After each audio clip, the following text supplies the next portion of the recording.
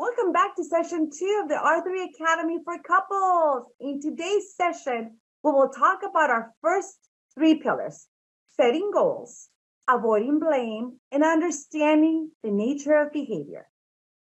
These 3 pillars are a great start to better understanding yourselves as a couple and strengthening your relationship.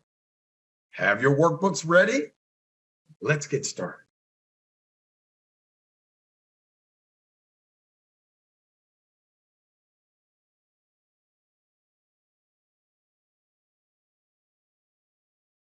World-class relationships, work and home. My name is Alfonso and I'll be your instructor for this session. In this session, we're going to review the first 3 of the 16 pillars that make up the nucleus of this curriculum. The first one we're going to talk about is called setting goals. Then we're going to talk about avoiding blame. And lastly, the third pillar we're going to review today is understanding the nature of behavior. Let's begin. Let's start with the first pillar, setting goals. Now, goals are an important part of managing your life and your relationships. And it's a very important part of having success in getting and keeping a job as well. So let's dig in. Let's talk about keys to success in life and relationships. Now, many partners assume that they will establish a strong, enduring, lasting relationship. When you go into a relationship, you don't go into it thinking it's only going to last 3 months.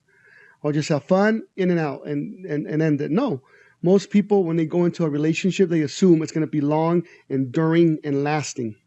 They assume that once they get married or they get a job, it will require no further action. My job is done. I did the work. She fell in love with me, or he fell in love with me. Now we're married. My job is done. Or I did the work. I went to the interviews. I prepared for the job. I educated myself. I have the degree. Now that I'm in the job, my work is done. Yet the reality is that people get fired at work every day. And every day, sadly, marriages break down as well. It isn't enough just to show up for the job or for your relationship. Goals that are not discussed and mutually agreed upon aren't as likely to become supported, nor are they as likely to be achieved.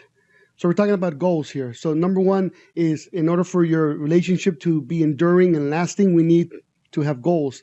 But if you don't discuss those goals, or if they're not mutually agreed upon with your partner, they're not likely to be achieved, right? And lastly, goals often are vague and not well identified. So it's very beneficial to express them verbally. You might say, I think I want to start a business. Well, that's very vague. When? What type of business? What do you have in mind?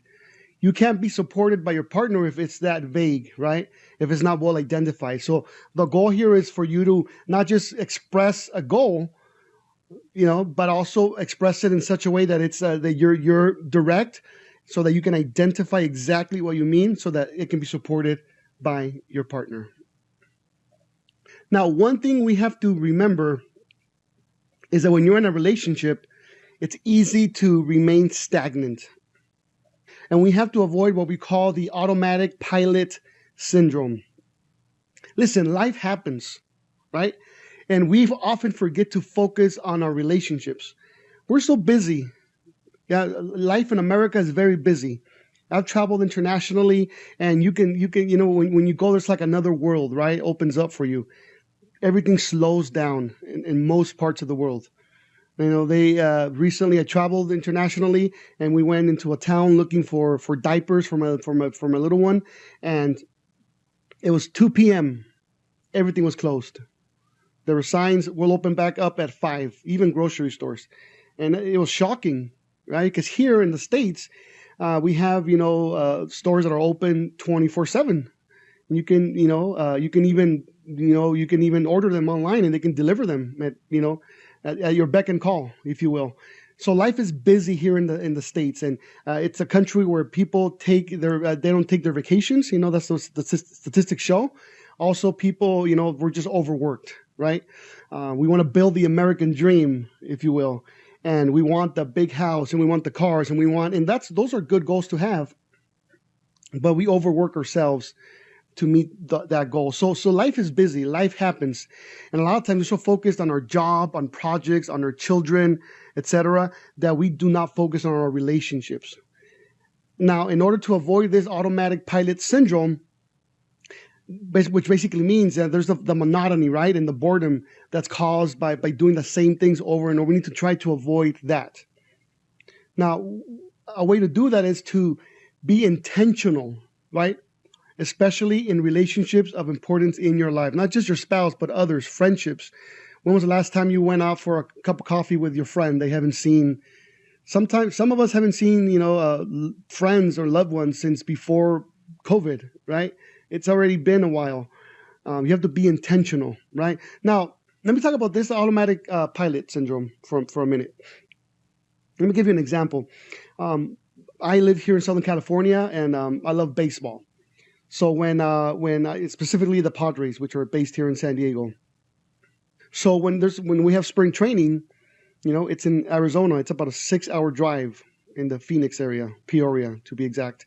So my brother and I, that's a time that we put a set aside, right, every year to kind of bond together, and because we're busy, he has his family, I have mine, we have responsibilities, but we set aside a weekend. Usually in late March, and we go together. We rent a car, and we do the hotels and tickets for the games, and we go out to eat. We have a great time. But let me focus on the drive there, right? When you drive, if you've ever made that drive, and I know there's a lot of drives like that all over the world, but this one specifically, it's through a desert, right? And usually we go late in the evenings on like a Friday evening, so it's desolate, right? There's nothing around, and it's easy for you to you can be lost in your thoughts, right? So people, what they do often, they put their car on cruise control, right? Because there's no imminent danger there, right? You're just driving, and there's nothing around. You don't even know where you're at, because sometimes there's not even signs, right? So, and that's a little bit of what I'm talking about here, the automatic pilot syndrome, where you're in cruise control and you're just relaxing. And sometimes there's a danger you can relax a little bit too much and start nodding and then start falling asleep, right? Now, in contrast, when you drive in any downtown, in any big city, you can't put on cruise control, right? You got to be alert, right? You got to be aware, because there's cops and there's one-way streets and there's people running, etc., right? Now, a lot of relationships and marriages are in autopilot, right? You're relaxed, and you know exactly what to expect from life, right? You wake up every day, have the same thing for breakfast, my coffee and my bagel. You know Tuesdays is lasagna night, and every other Friday we're gonna go with the in-laws. You go with friends, for the potluck or for a barbecue, etc. Sundays are a splurge, and you go out to eat somewhere. You're on cruise control. Now, you might think it's a good thing, but in most cases it is not, because it can cause monotony and boredom. The same thing over and over again. And that's causing, a lot of marriages and relationships to be fractured and even destroyed. There's a lot of evidence that you get much more of what you want out of life if you identify specific goals that you want to reach and then do what it takes to make them happen. When you break the monotony of just being on cruise control and an automatic pilot, and you instead have goals that are specific, there's research that says that you're gonna get more out of life, and that's what we want to focus on in this segment, talking about setting goals.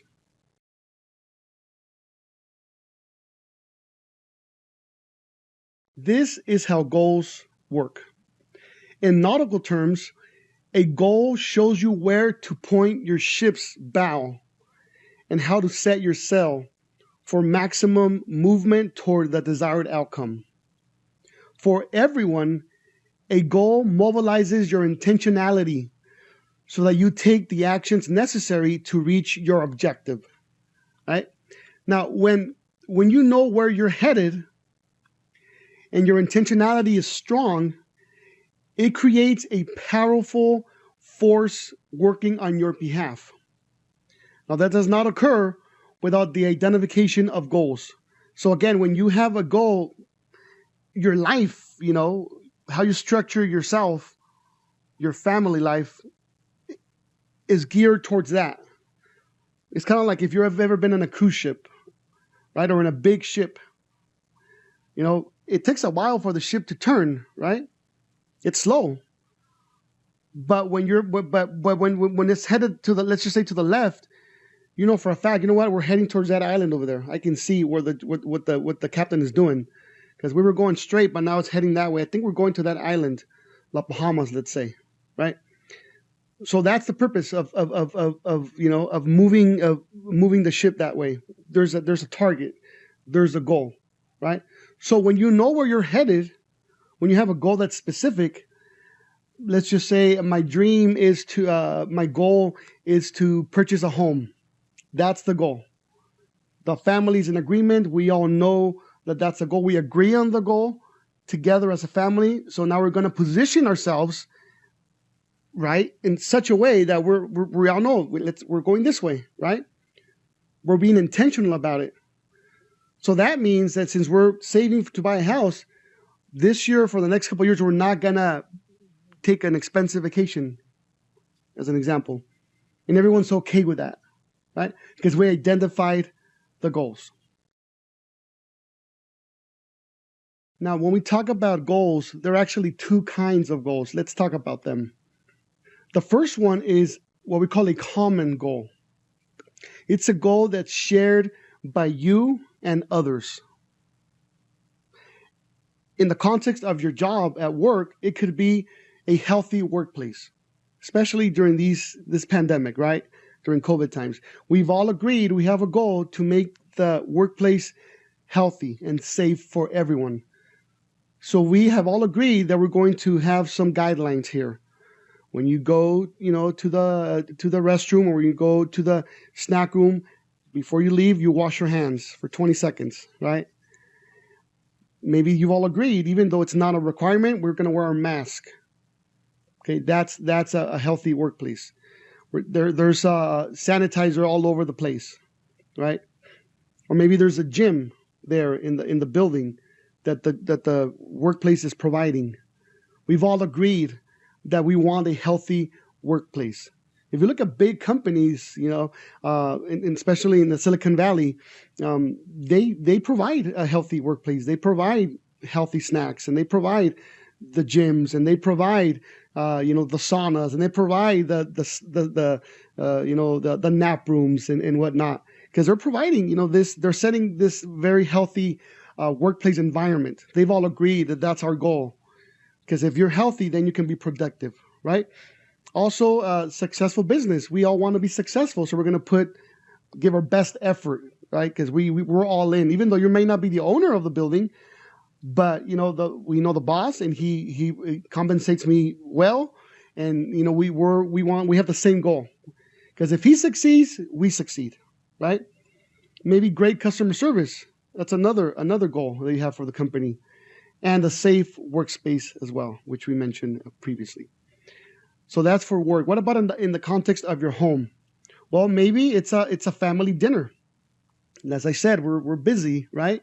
And you have maybe different schedules, but you've agreed even if we can't have a family dinner every night, we're gonna have a family. We're gonna make it work at least 3 nights a week. That's the goal, right? So we can bond, so we can talk about our lives. Because maybe, like I said, especially when your kids are older, maybe they're in high school, college, they have different projects, they work part-time, you rarely see each other. But when you have these special dinners, that's where you can catch up with each other, not just through text, but in person, right? And bond a little bit and eat a great meal. Date nights with you and your partner, right? You're incorporating those date nights into your schedule, which are important. Vacations. Like I mentioned, this country's the country that takes the least vacations. I know people that have hundreds of hours of personal time off and they just don't take them. They're like, what for? I can't afford a vacation. But I encourage you to take some time off. Take a vacation for your own mental health, even if it's just a staycation or even if you stay home. Go to a museum. Some museums are free for people that live in your own city, for residents. Go to the beach, go to a park, etc. And it could be something as simple as planting a garden in your home, right? Maybe you do want to take that dream vacation and you're planning, it may take a while. There's people that have, they waited 20 years to go to Europe, for instance, but that was their dream. And then they were saving little by little. Life, happened and then they couldn't, but then finally they were able to, right? Something like painting the house. Educating your children well is another goal that you might have with your spouse. If you're in agreement, if you say, you know what, honey, this is very important for us. These are our values. Why don't we put our kids in a private school? It's going to be pricey, but we're ready to make that sacrifice. We want to educate them well. These are our values, etc. If you both agree, go for it. You have the green light. But again, when you have a goal, it's got to be specific. You have to have, what's your 5-year plan? For instance, you want to buy a home? What's the 5-year plan for that? You want to open a small business together? What's the plan? Let's put it in writing, right? So that's what we talk about. 2 kinds of goals. The first one is a common goal shared by you and others, and the other one is what we call an agreed upon goal.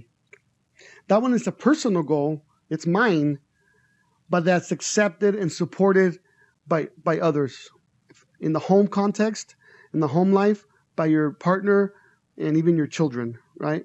In the work, it might be something like sales training course, right? Now, I'm taking the sales training course myself, but my supervisor and my department they agree with it because they want me to get better at it, right? So it's an agreed upon goal. Or maybe I want to learn a foreign language because my work has it's an international company and they need foreign speakers and they want me to they're okay with me learning a foreign language so I can maybe transfer to a different department. In the home life, what are some things that you want to do yourself that is accepted by others? One of them could be losing weight. That's a very personal thing, right? But if it's agreed upon by your partner and your family, meaning that they're going to make time for you to do that, they're not going to be on your case because you didn't cook dinner on time because you were out for a jog, etc. That's what it means when they're okay with it, right? When they agree upon it. Finishing school, you started your degree 20 years ago and then you just stopped because you started a family and whatnot. So now you want to go back and finish that degree. Okay, if it's an agreed upon goal, and if it's accepted by your partner, because there's finances involved, right? There's time commitments as well, right? So that's also important. Now, let me just talk about a little bit more areas when talking about goals. These are some areas where goals are important, just so you can get some ideas. Because you might say, well, Alfonso, I'm hearing you that for me to setting goals is important, but you talked about some things, but what are some other areas that I can give me some ideas? Well, in the physical and mental health area, I mentioned losing weight, taking your vacation days, for your own mental health, reasons. So it's important, right? It's important for you to be physically and mentally sharp. Because when you take time off from your daily responsibilities, you're resting your mind as well, right? If you talk to any therapist, any psychologist, they'll tell you mental health is very important, right? For your own sake and for the sake of your company as well, because you're going to come back sharper, right? You're going to come back ready to be more productive because you took some days to rest. Go somewhere and read a book, something that's unrelated to your daily life, right? Work and commitments, responsibilities, something for you, right? That could be a goal. In terms of education, we talked about that briefly. Finish that bachelor's degree that you never finished. Even if it's just a certification. There's people that I know that are, Latinos that they want to learn the language, English. They've been here maybe for 20 years and they picked up words here and there, but they want to formally know it. Okay, they go to a class and learn the language. That's great. Or people that are, they're permanent residents and now they want to be a citizen so they can be, they can be part of the system here and they can vote and whatnot. So that's another project, right? It's under education. You got to go study for the exam. You got to go present yourself and take a test, etc. Right? In the family area, the home area, like I mentioned, you buy a house, right? Start or grow a family. Maybe you got married recently, and then you want a goal is for you to have children. Okay, well, let's plan for that, right? Do we have the right health insurance that's going to cover that, right? Let's work on the finances, right? And let's work on a plan. Do we have the room available here? Do we have a nursery ready in the house? Or what's the plan once we have the baby? What's the plan after that? Is the wife going to stay home with the child? Can you afford it, right? Or are you going to have daycare, whatnot? So setting goals is not just about the goal; it's about the plan that follows that. But if you notice here, when you're thinking about goals and plans and all that, it's not monotonous. You're thinking, you're moving, you're excited, you're planning, right? If it's a vacation, you're dreaming about a vacation. When we went on our vacation recently to Europe, my kids were very excited even before the actual trip. There's actually a study that says that people are at the peak of happiness for people when they go on vacation is the day before the trip. Isn't that interesting? It's not actually looking at the Eiffel Tower. It's the day before when you're packing and you're excited and you're double checking your reservations and double checking, confirming everything. And that's the peak of your happiness when it comes to taking a vacation, right? So there's a lot in my case, we would put some YouTube videos. Okay, look, we're going to go to this place and oh, wow, look at that. The kids were excited, right? So that's what this is all about. When you set goals, it's not only for you to grow and for you to get a degree or for you to buy a house, but it also breaks the monotony, right? And the boredom in the house. It keeps things exciting. We're going somewhere. We're doing something. We have a plan. We have we're working hard, but in 6 months, we're going to go on that cruise or on that vacation, or we're going to put the down payment on the house, right? Or we're going to buy that car that we've always wanted. Okay. Socially, going out with friends. Like I said, a lot of us stopped that with COVID, but it's important, right? To have that social life as well. Take a weekend trip with a girls' weekend trip, or the guys, we're going to go fishing. We're going to go camping. The girls are going to, go to a spa. It's fine. You have to give each other that space to do that, right? In the financial area, open an investment account, right? An IRA, individual retirement account, a 401k, right? Funding that through your job, a college fund for your kids. In the Latino culture, in my culture, it's honestly a lot of times it's about the here and now, right? We want to have fun now. We get a little bit of money from whatever source, and we want to have fun now. So what do? We take our kids to Disneyland for 3-4 days, and we have fun, right? But then again, there's no college fund, right? There is no retirement. It is sad when you go to a Walmart, or to any store, and you see the greeters there, elderly people in their 70s, 80s. They're not there just because they have nothing to do. They're there because they need the money, right? Because they didn't plan for retirement, and now they're tired. They can't work at the factory anymore. They can't drive the truck anymore, but they still need income. So there they are, as greeters, making some money. So planning ahead, right? That's also gonna, if you do that now, if you invest now, it'll help you in the future. And lastly, in the professional area, working and getting a promotion at your job, especially larger companies. There's a lot of room for advancement, right? There's always, when it's a big company, they're always promoting. We have these openings within the company. If you want it, you have to take these courses, right, within the company. And once you do that, we can promote you there. You can do that, right? Or take that certification that you've been waiting on. Maybe you're already a professional, but you can take that certification that's going to elevate you to another level. Maybe you can charge more for your services if you take just this one certification that's maybe only 3 months long. You already did the tough job, right? You already got your master's degree, right? You already did that. These are just adding, specialties, if you will, to your profession. And some of these are very short, right? And if you do that, maybe it can increase, like I said, your wealth as well, because you'll be able to charge more for your services. Let's now recap the first pillar, setting goals. Again, there's two types of goals.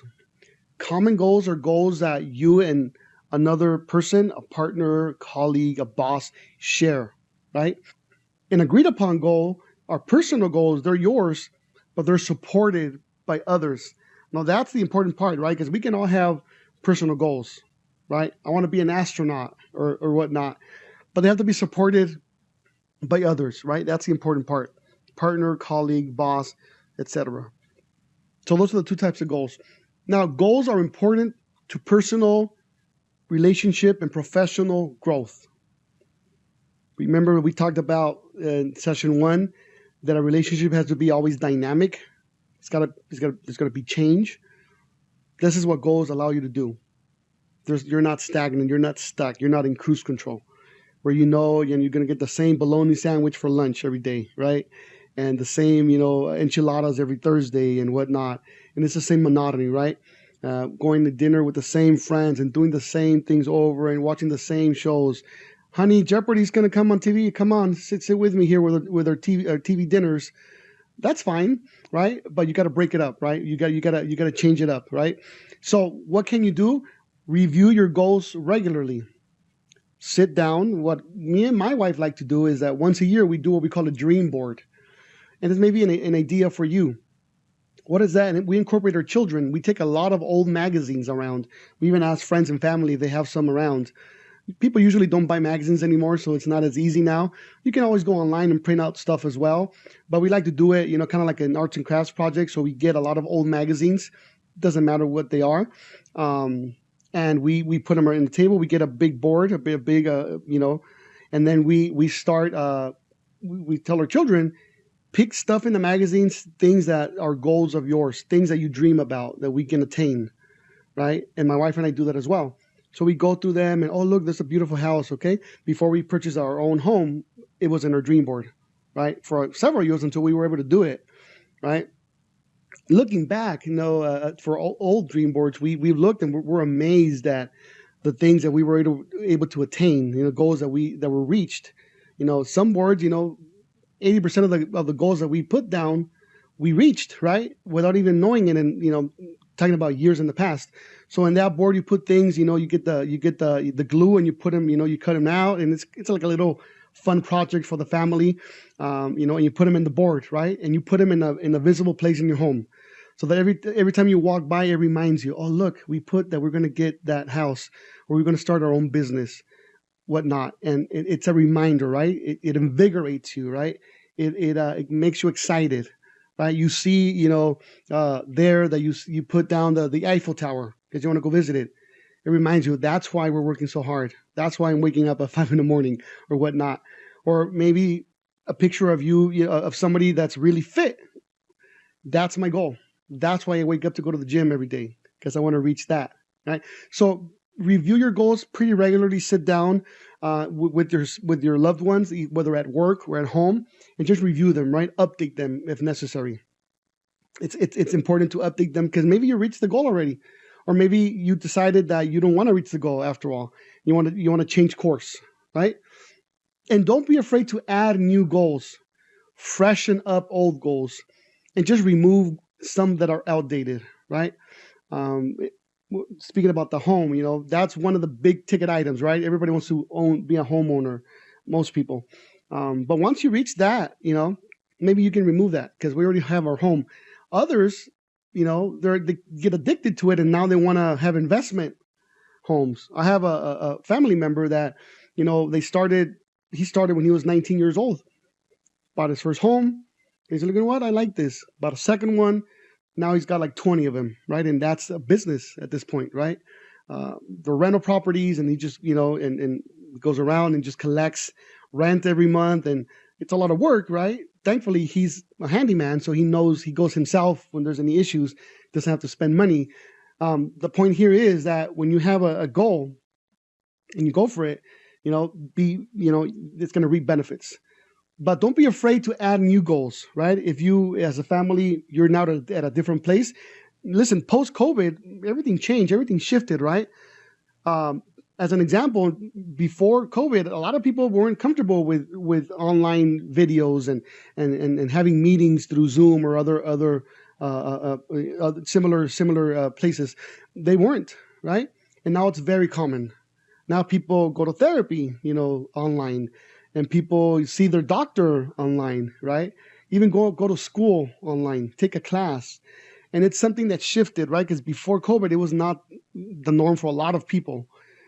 A lot of professional people that were used to meetings, whatnot, but people, just blue collar people and their families were not. And now, kind of we were forced into this, and now it's become the norm, right? So don't be afraid to add new goals, to shift, freshen up some old goals, and just remove some that don't apply any longer, right? Maybe you already lost the weight and you're happy with yourself. Then you're going to remove that goal. Okay. So again, this is the recap for setting goals. The bottom line is that it removes the monotony and the boredom that can seep into a relationship when you don't put the time and effort into the relationship, when you're not intentional about your relationship. But setting goals is a great way for you to put some spice into it, right? Put some excitement into your relationship to keep it fresh, to keep it exciting. Now let's look at self-blame. It is very, very common. As I mentioned previously, it often masquerades as self-improvement, self-discipline, or conscientiousness. But it does not help anyone to grow. The research evidence is clear on this. It also makes you much more likely to be defensive if someone criticizes you for something you are already blameful of yourself about, right? So if you blame yourself for being forgetful, oh my God, I'm a ditz. I forgot again. I had this appointment. And somebody tells you about that and criticizes you for that as well, then now you become defensive, right? So you're vulnerable and more likely to take others' comments badly if you have already scolded yourself about the same issue, the same thing, right? You can refer to an article on page 43 when you have time in your workbook on defensiveness to read later. It's a very important article that we recommend that you read in your own time, found on page 43 about defensiveness. Now, what are some examples of self-blame? Oh, I'm so stupid. Can't believe I forgot my keys again. I'm a ditz. I'm so fat. I can't stand looking at myself in the mirror. Criticizing and blaming yourself feels bad, right? And it doesn't do any good to anybody. What it does do, it only lowers your self-esteem and your self-acceptance as well. The issue here is self-acceptance. Remember, we talked about the 3 conditions for growth from Carl Rogers: empathy, acceptance, and genuineness. Okay? You have to learn to accept yourself. Remember that the data, that shows that acceptance is very important. It's one of the conditions for growth from Carl Rogers. We have to, you are unique. There's no one else out there like you, specifically like you. You have value, right? You matter. Your opinions matter, right? So when you blame yourself, you're cutting yourself away from self-acceptance, right? And your self-esteem is also lowered as well. So again, self-blame, it masquerades as, it's easy, right? You may say, I'm not blaming myself. I'm just really hard on myself. It's just self-discipline. I'm going on a hunger strike. I need to lose 20 pounds. I'm not going to eat a thing. That's not healthy. That's not healthy. or whatever it is. I'm just a ditz. I'm you know what? I'm just going to cancel my plans. I'm not going to go out because I know something's going to happen. Whatever. You're quick to blame yourself first when there's a mistake, when there's something that happens, when there's a situation, and when others call you on that as well, when they criticize you on that, then it worsens it, right? Because now you're like, yo, see, it's true, and you become defensive, and of course it lowers your self-esteem as well, your self-worth. That is self-blame. This pillar, avoiding blame. Blame is to place responsibility for fault or error on a person. That's a dictionary definition of blame. I'm placing responsibility. You're at fault. That's blame. And it comes in many forms. We talked about these. The first one is complain about another person to others.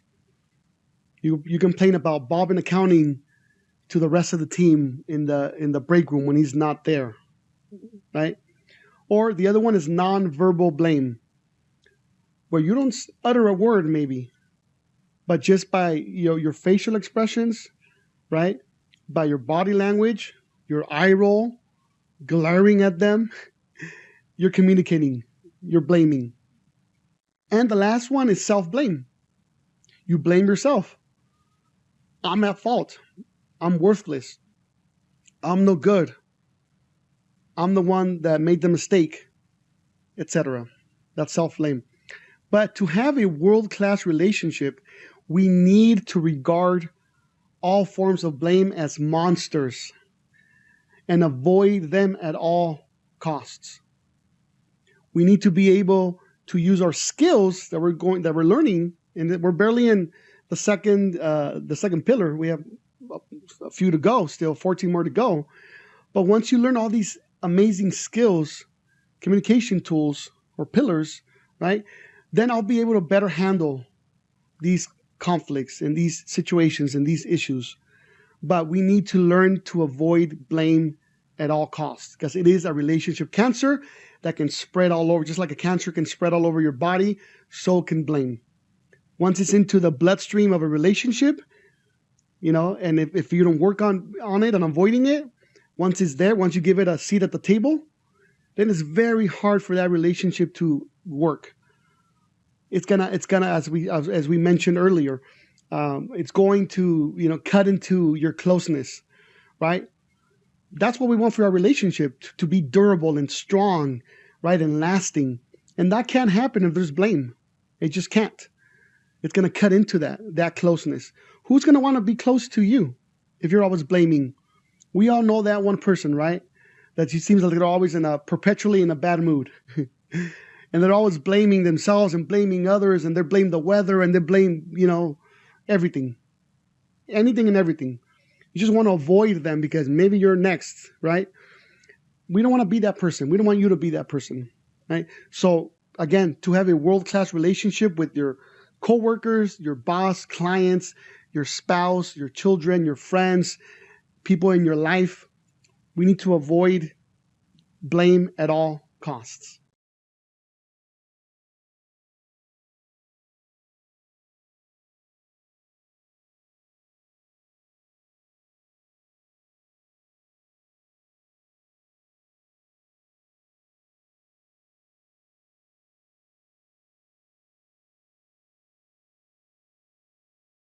Okay, let's start with our last pillar for this session 2.